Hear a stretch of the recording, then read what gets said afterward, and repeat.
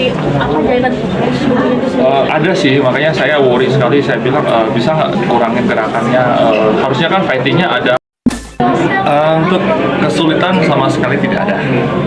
Mungkin ada tantangannya sendiri gitu. Tantangannya adalah waktu itu pasca pemulihan saya kan kena usus buntu pecah. Baru 1 minggu saya tuh harus bed rest, baru bisa berjalan. Kemudian saya dapat peran ini dan mau nggak mau saya harus take, dan itu action. Dan fighting saya tidak maksimal, itu aja sih. Jadi fisik saya lagi benar-benar pasca pemulihannya. Kalau orang operasi usus buntu yang pecah itu harusnya bed restnya 1 bulan. Jadi saya cuma ada waktu bed rest 1 minggu. Ya puji Tuhan, saya masih bisa bergerak, tapi saya merasa bahwa dikit-dikit, aduh istirahat dulu nih, kayaknya kram gitu. Seperti itu aja sih. Kalau tadi di film perutnya juga kena ya dengan tonjokannya atau apapun itu, gimana tuh dengan usus buntunya mas? Jadi kan usus buntu saya kan dibuka segini, jadi ada 15 jahitan. Jadi kan jahitan saya belum dipotong, belum dicabut. Jadi kan kalau bergerak sedikit takutnya sobek pendarahan lagi.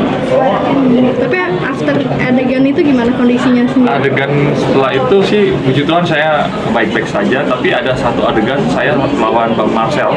Dia kan jago tuh, masternya Merpati Putih, itu kan saya lawan dia dan saya mati di situ kan. Sempat saya tuh, dia kan pakai pisau, walaupun pisaunya bohongan kan di sayap itu kena sini tuh berasa sekali sakit. Nggak pakai peran pengganti? Enggak. Nah waktu itu ada peran pengganti karena saya harus loncat ke air, salto, nah itu saya nggak bisa. Nah, Tapi ada jadi efek ke ininya nggak sih mas, ke apa namanya, ke si apa jahitan khusus buntunya itu sendiri? ada sih, makanya saya worry sekali. Saya bilang bisa nggak kurangin gerakannya. Harusnya kan fightingnya ada pindah scene ya, dari kolam renang kita lari ke pepohonan. Akhirnya saya klimaksnya di situ, ternyata saya nggak sanggup. Jadi ada scene yang dibuang. Jadi kita cuma di kolam renang aja fightnya. Setelah ini ada proyek-proyek lain karena kan masih ada khusus buntunya. Oh udah sembuh, udah 1 tahun yang lalu ya. Jadi ini pembuatannya tahun lalu. Mas mungkin sedikit sudah berdamai belum sih dengan Lady Woman? Berdamai sudah lama kan, dari tahun 2022 saya dalam podcastnya Alvin Adam itu saya peluk dia, kemudian kita diundang sama Feni Rose ya. Saya diundang, dia diundang, bahkan boyband saya bertiga sama Ferdinand, kita bertiga udah ngobrol. Nggak tahu pas saya jalan ke sini nih, bener-bener saya lagi jalan ke sini, tiba-tiba seliweran saya follow Instagramnya dia. Saya lihat di wawancara di Feni Rose itu dia bilang ada kendala, dia bilang ada temennya yang ngomongin dia yang buruk, akhirnya dia pas TV nih, pas ini yang buruk, jadi dia tuh nggak dapat pelayanan di Amerika.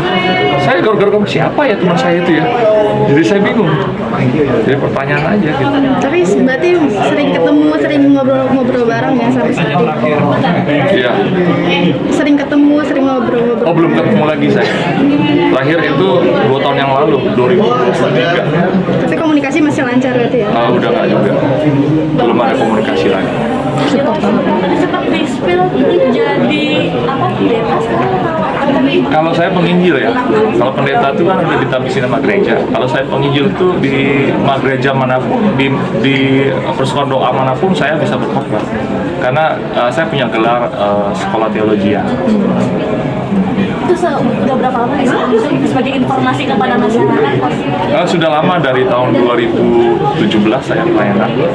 Saya lulusnya tahun 2020 S1, S2 2022. Tapi mungkin nggak jadi seorang pendeta sih.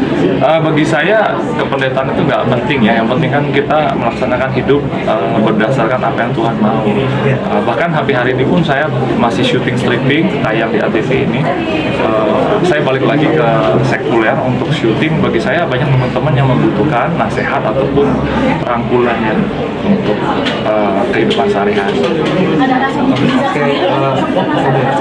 sendiri pada saat memberikan segala macam cerita balik ke Mas Irwan, mendapatkan apa berkah sendiri gitu.